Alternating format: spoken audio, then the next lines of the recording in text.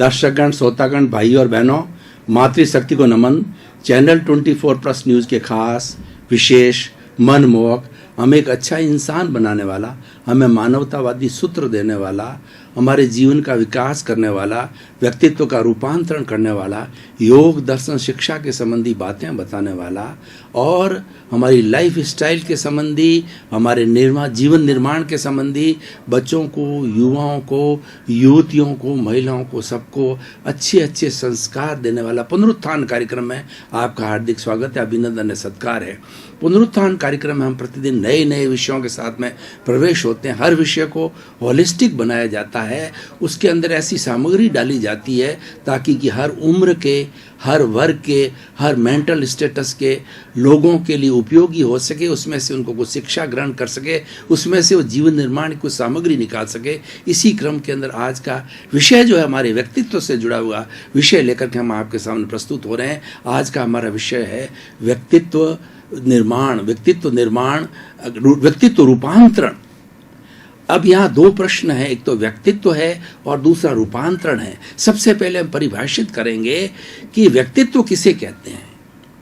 व्यक्ति के अंदर जो गुण उसको एक अच्छा इंसान बनाते हैं, मानवीय गुण, और उसके बाद के अंदर उसके अंदर व्यक्ति के अच्छे इंसानियत के गुण, अच्छे व्यक्तित्व के गुण जिसके अंदर होते हैं, उसको एक अच्छा व्यक्तित्व वाला व्यक्ति कहा जाता है। व्यक्तित्व को अंग्रेजी में कैरेक्टर भी कहा जाता है।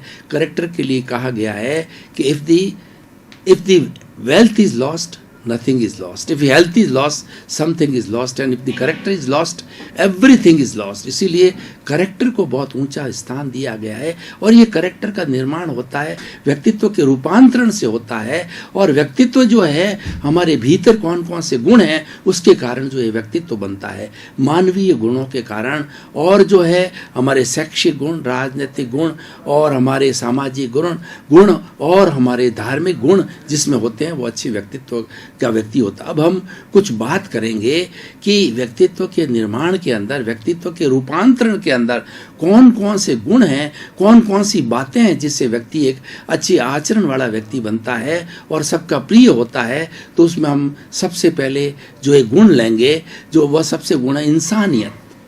जिस व्यक्ति में मानवता होती है और जो व्यक्ति इंसानियत को अच्छा दर्जा देता है और इंसान के गुणों की पालन करता है और हर व्यक्ति से प्रेम करता है, प्यार करता है, किसी घृणा नहीं करता है, किसी की निंदा नहीं करता है, वह व्यक्ति वो अच्छे व्यक्तित्व का वाला धनी व्यक्ति कहा जाता है और ऐसा व्यक्ति समाज के अंदर प्रिय होता है। दूसरा हम गुण लेते हैं कि व्यक्ति के जो इमोशंस हैं, क्रोध, अहंकार, माया और लोभ है, ये व्यक्ति के रूपांतरण को खंडित करते हैं। इन गुणों को किस तरीके से व्यक्ति डेवलप कर सकता है, उनको हम इमोशंस को कैसे अच्छा बना सकता है, उसके बारे में बात करेंगे। क्रोध एक तरह की अग्नि है, क्रोध एक दावानल है। जिस तरीके से एक बहुत बड़े वन के अंदर दावानल लग जाता है तो पूरे वन को भस्म कर देता है, उसमें सूखे जो है पेड़ पौधों को भी जलाता है और आलों को भी जलाता है। इतना दावानल जो है वो हानिकारक होता है। उसी तरह से व्यक्ति के अंदर क्रोध आता है तो वह स्वयं अपने भीतर एक तरह के जहर को पैदा करता है, साथ साथ में जिससे वो बात कर रहा है, जिस पर क्रोध कर रहा है, उसके प्रति भी वो अप्रिय बन जाता है, उसको भी कष्ट पहुंचाता है, हानि पहुंचाता है और उसका मानसिक स्थिति को खराब करता है। यानी क्रोध जो है हर दृष्टि के अंदर हमारे व्यक्तित्व को डाउन करने वाला है। इसीलिए अगर कोई व्यक्ति व्यक्तित्व रूपांतरण करना चाहता है तो क्रोध की जगह व्यक्ति क्षमा के भाव सीखे। क्षमा वीरस्य भूषणम, क्षमा वीर का भूषण है। क्षमा वही कर सकता है जो वीर होता है, कायर होता है। वह तो वापस बदला लेता है, टिट फॉर टैट करता है, नेले पे दहला मारता है और उसके साथ में बदले की भावना होती है। लेकिन जो व्यक्ति क्षमाशील होता है, जिसने क्रोध के ऊपर विजय प्राप्त कर ली है, वह व्यक्ति हर एक को क्षमा कर देता है। सामने वाला क्षमा मांगे तो भी क्षमा कर देता है, नहीं मांगे तो भी क्षमा कर देता है कि ये नादान है, इसने ऐसा किया है, उसके ऊपर क्रोध नहीं करता, उसको अच्छी सलाह देता है। उसको अच्छी सलाह देने के कारण वह व्यक्ति जो है वो उसके भीतर भी व्यक्तित्व का रूपांतरण होता है और वो अपने आप में सुधार करना है। क्रोध कोई सॉल्यूशन नहीं है, ठीक है, प्रशासनिक लोग होते हैं, उनको क्रोध का नाटक करना पड़ता है, क्रोध का दिखावा करना पड़ता है, क्योंकि भय बिना प्रीत नहीं होती है। व्यक्ति को, जैसे खास तौर से हमारा जो प्रशासनिक वर्ग है, वो जब तक जनता के ऊपर या लोगों के ऊपर जो है वो भय का जो है वातावरण ना क्रिएट करे, तो उसके बिना जो है कार्य अच्छा नहीं होता है। तो उसको जो है वो गुस्से का एक नाटक करना पड़ता है, गुस्से की भाव भंगिमा बनाना पड़ता है। लेकिन गुस्सा व्यक्ति के लिए कोई भी जो है वो लाभदायक नहीं है, ये पूर्ण हानिकारक है। इसीलिए जो व्यक्ति अपने व्यक्तित्व का अच्छा रूपांतरण करना चाहते हैं, वह क्रोध को क्षमा से जीते। दूसरा, अहंकार। अहंकार व्यक्ति का सबसे भयंकर दुश्मन है। जो व्यक्ति अहंकार का पालन पोषण कर लेता है, वह सुपीरियरिटी कॉम्प्लेक्स में चला जाता है और सबसे बड़ा अपने आप को समझने लग जाता है। और उस अहंकार करने से उसके पास में जो भी विद्या होती है, चाहे ज्ञान की विद्या होती है, चाहे शिक्षा की विद्या होती है, चाहे विनम्रता की विद्या होती है, सारी विद्याएं अहंकार के पीछे गायब हो जाती है। क्योंकि अहंकार किसी को प्रिय नहीं है।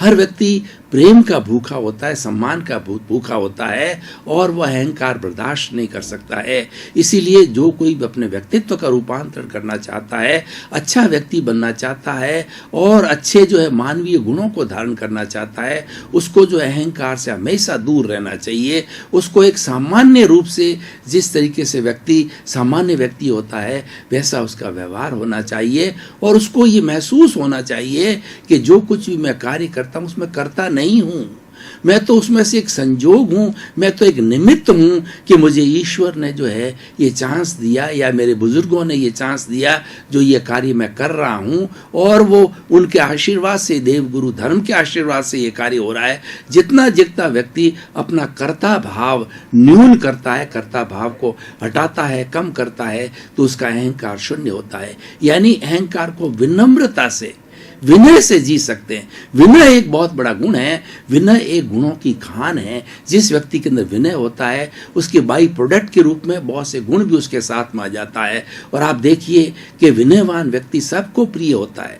घर में माता पिता को प्रिय होता है, समाज के अंदर वह व्यक्ति प्रिय होता है विनयवान। चाहे राष्ट्र की बात करें तो राष्ट्र में प्रिय होता है। विश्व के किसी कोने में जो व्यक्ति पोलाइट है, जो विनयवान है, और वो व्यक्ति अहंकार शून्य है, और वो व्यक्ति जो है वो सहन शक्ति रखने वाला है, तो उस व्यक्ति के संपूर्ण जगत के अंदर सभी दोस्त हो जाते हैं, उसका कोई दुश्मन नहीं होता है। विनय में इतनी ताकत होती है कि वो भगवान को भी झुका देती है, क्योंकि विनय एक बहुत बड़ा मानवीय गुण है, व्यक्तित्व का एक बहुत बड़ा गुण है। और कोई व्यक्ति अपने व्यक्तित्व का रूपांतरण करना चाहता है, कोई व्यक्ति जिसका कि व्यक्तित्व बिगड़ गया है, तो उसको ऐसे गुणों का धारण करना चाहिए। ऐसे गुणों के लिए बहुत से प्रयोग भी किए जा सकते हैं, वो प्रयोग किए जाना चाहिए, क्योंकि ये हमारा मनुष्य जीवन जो है बहुत कठिनाई के और बहुत से सेक्रीफाइस के बाद के अंदर, बहुत से अच्छे कार्य करने के बाद के अंदर ये जीवन मिला है। तो इस जीवन का हमें सदुपयोग है अच्छा व्यक्तित्व बनाकर करना चाहिए,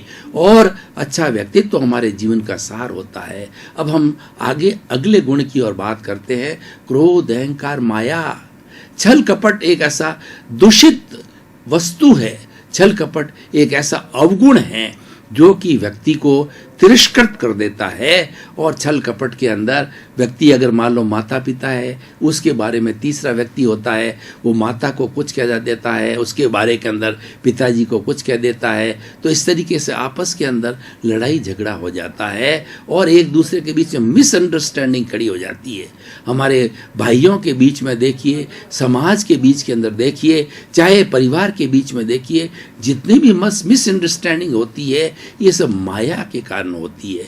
क्योंकि माया से व्यक्ति छल कपट करता है, और एक मीठी छुरी की तरह होता है। जो मीठी छुरी वाला छल कपट ने करने वाला व्यक्ति होगा, वो आपके सामने चापलूसी करेगा, लेकिन दूसरे के सामने आपकी निंदा करेगा, और किसी को कुछ कह देगा, किसी को कुछ कह देगा, और आपके दोनों के बीच के अंदर तनाव की स्थिति, लड़ाई की स्थिति, झगड़े की स्थिति, और आपस के अंदर जो है वो भिड़ने की स्थिति पैदा कर देगा। इसलिए क्रोध, अहंकार, माया के लिए सरलता होनी चाहिए। व्यक्ति के जीवन के अंदर जितनी जितनी सरलता होगी, बच्चे की तरह सरलता होगी, तो सरलता होने से व्यक्ति भीतर खाली हो जाता है। सरल व्यक्ति बहुत सी चीज़ें ग्रहण कर सकता है। देखिए, ये घड़ा भरा हुआ होता है, उसके अंदर और हम पानी नहीं डाल सकते, लेकिन घड़ा खाली होता है, उस घड़े के अंदर बहुत सी चीज़ें डाली जा सकती है। इसीलिए जब कभी भी आपको ज्ञान लेना हो, अपने गुरु से ज्ञान लेना हो, ईश्वर से ज्ञान लेना हो, पुस्तकों से ज्ञान लेना हो, तो खाली होकर के जाइए। खास तौर से हम जब सत्संग में जाते हैं किसी महापुरुष की बात सुनने के लिए, तो अपने अहंकार को शून्य करके जाइए, विनय के भाव से जाइए और शून्य होकर के जाइए कि मैं तो एकदम खाली हूँ। तो खाली के अंदर जो हमारे गुरु से और हमें जो हमें सत्संग मिलती है, अच्छे गुण मिलते हैं, वो गुण हमारे के अंदर भर जाते हैं। और व्यक्ति अगर भरा हुआ होता है, वह व्यक्ति अहंकारी हो जाता है, उसमें नए अच्छे गुण लेने के लिए कोई जगह नहीं होती है। एक कमरा देखिए, एक कमरा में 20 लोगों के बैठने की जगह है, 10 लोग और आ जाते हैं, आपाधापी हो जाती है। उसी तरह से किसी भी स्थान के अंदर देखिए कि जहाँ पर जितनी व्यवस्था होती है, उसके अतिरिक्त लोग आ जाने के कारण जो है वो बहुत बड़ी, जो कहना चाहिए, खलबली मच जाती है। उसी तरीके से हमारे भीतर भी जितना जितना हम खाली रहेंगे, उतना उतना हम ज्ञान को भर सकेंगे, क्योंकि ज्ञान जो है अनंत है। हमारे पास में तो ज्ञान है, एक जैसे समुद्र में बूंद होती है, उतना ही व्यक्ति के पास ज्ञान है। हालांकि व्यक्ति पूरा ज्ञान का खजाना है, क्योंकि हमारे भीतर विराजमान शुद्ध आत्मा भगवान है। वो अनंत ज्ञान वाला है, अनंत दर्शन वाला है, अनंत शक्ति वाला है और अनंत सुख का धाम है। तो उसको हम प्राप्त तभी कर सकते हैं जबकि हम खाली रहेंगे और हम क्षमा का भाव, हम जो विनय का भाव और हम सरलता का भाव, ऋजुता का भाव लाएंगे, तभी होगा। एक अच्छा व्यक्तित्व का निर्माण करने के लिए व्यक्तित्व को दूषित कौन करता है? दूषित करने वाला जो है वह लोभ है।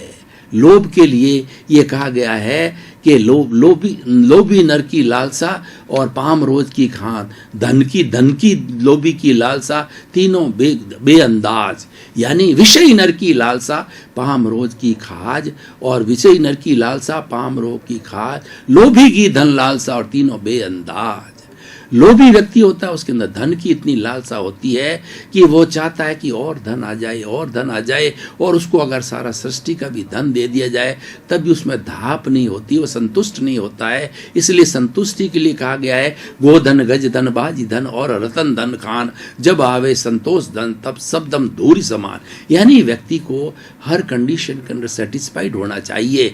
व्यक्ति के कभी एम्बिशंस हमेशा 100% पूरे नहीं होती, आकांक्षाएं 100% पूरी नहीं होती है। जितनी पूरी हो जाती है, जितने हमारे पास साधन है, उसमें संतुष्ट रहना चाहिए। और संतुष्टि है वो हमें शांति लाती है, हमें प्रसन्नता लाती है, आनंद लाता है। इसलिए व्यक्तित्व का रूपांतरण करना चाहते हैं तो आप संतुष्टि को स्थान दीजिए और संतुष्ट रह करके अपने कार्य को आप और द्रुत गति से करते रहिए। और सबसे बड़ी बात यह है कि व्यक्ति अच्छा कौन कहलाता है? जो लोगों की भलाई का कार्य करता है, जो परोपकार करता है, और जो व्यक्ति जो है समाज को कुछ अच्छी बात देता है, समाज की सेवा करता है। तो एक सेवा जो है ये व्यक्तित्व रूपांतरण का बहुत बड़ा गुण है। परोपकार जो है व्यक्तित्व रूपांतरण गुण है, ये डेवलप किए जाने चाहिए। और व्यक्तित्व रूपांतरण करने वाले को खास तौर से जो है इन मानवीय गुणों को अपने जीवन में स्थान देना चाहिए। अब भाई और बहनों, दर्शकगण, श्रोतागण,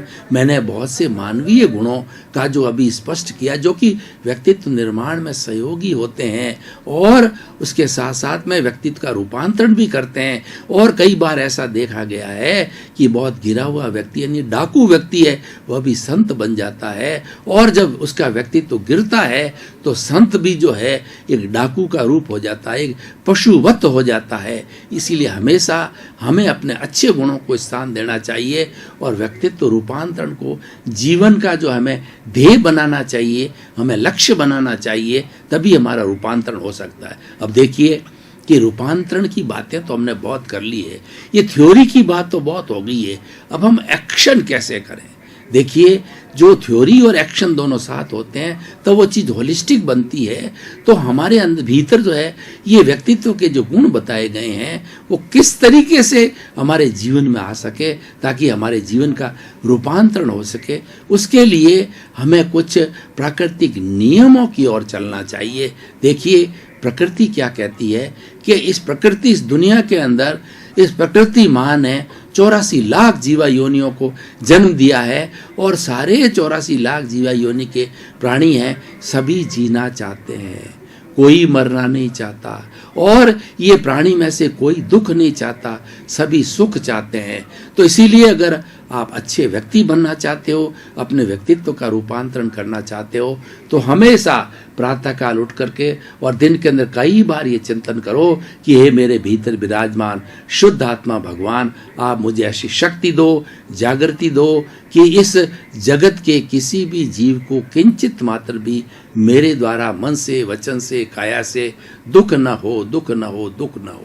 यानी जब हम किसी को सुख देने की, किसी के मंगल की भावना करते हैं तो स्वतः ही हमारे भीतर मंगल हो जाता है। इसीलिए कहा गया है कि जो व्यक्ति दूसरों के आंसू पहुंचता है, ईश्वर उसकी आंखों में आंसू आने ही नहीं देते हैं। आप दूसरे का ध्यान रखो, आप दूसरे को भला करो, दूसरे को सुख दो, तो कभी दुख आ ही नहीं सकता, क्योंकि ये सारी दुनिया जो है हमारी प्रतिध्वनि है। कभी आपने देखा होगा कि आप कुएं के पास में जाकर के बोलोगे ओम, तो भीतर से आवाज आएगी ओम।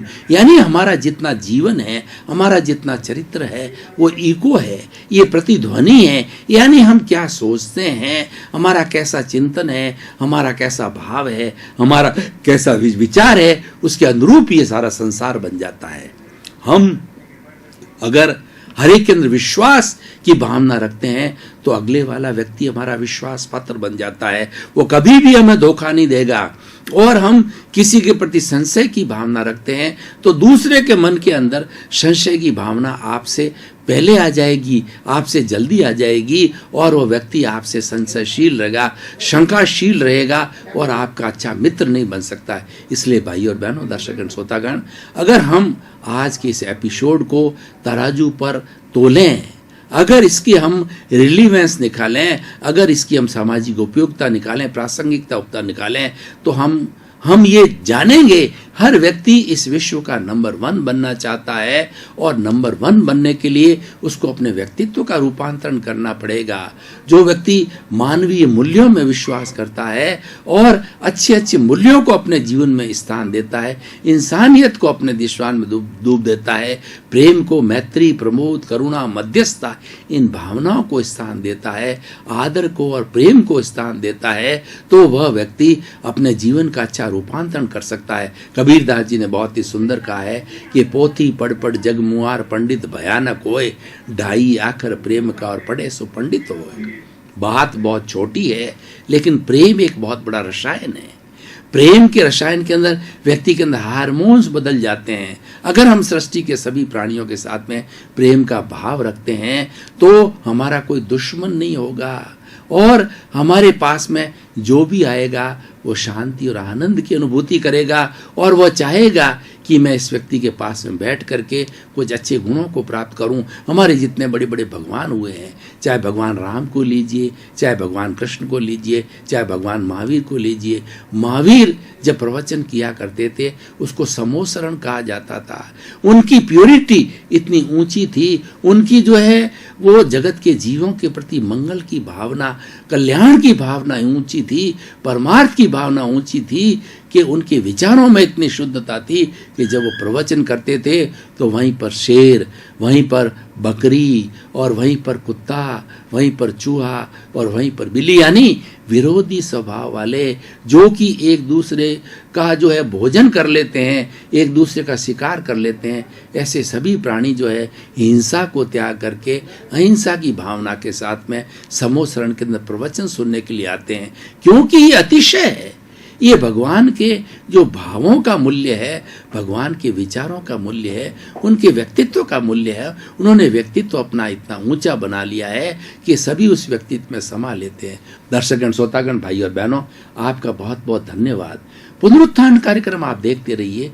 पुनरुत्थान कार्यक्रम में हम प्रतिदिन व्यक्तित्व निर्माण के, अच्छा इंसान बनने के नए नए सूत्र देते हैं, क्योंकि हमारा उद्देश्य यही है कि सुधरे व्यक्ति, समाज व्यक्ति से, राष्ट्र स्वयं सुधरेगा। हम व्यक्ति में रूपांतरण लाना चाहते हैं, हम व्यक्ति को बदलना चाहते हैं, व्यक्ति के अंदर जितने नेगेटिव थॉट्स है उनको बदल करके पॉजिटिव बनाना चाहते हैं। इसीलिए हमारा पुनरुत्थान कार्यक्रम आज टॉक ऑफ द टाउन बना हुआ है, और आप उसकी आत्मा हो, आपकी वजह से ही ये चमक रहा है। तो इसी क्रम में आपका जीवन आनंदमय हो, मंगलमय हो, सुखमय हो। आपके प्रति बहुत बहुत शुभकामना, मंगलमय।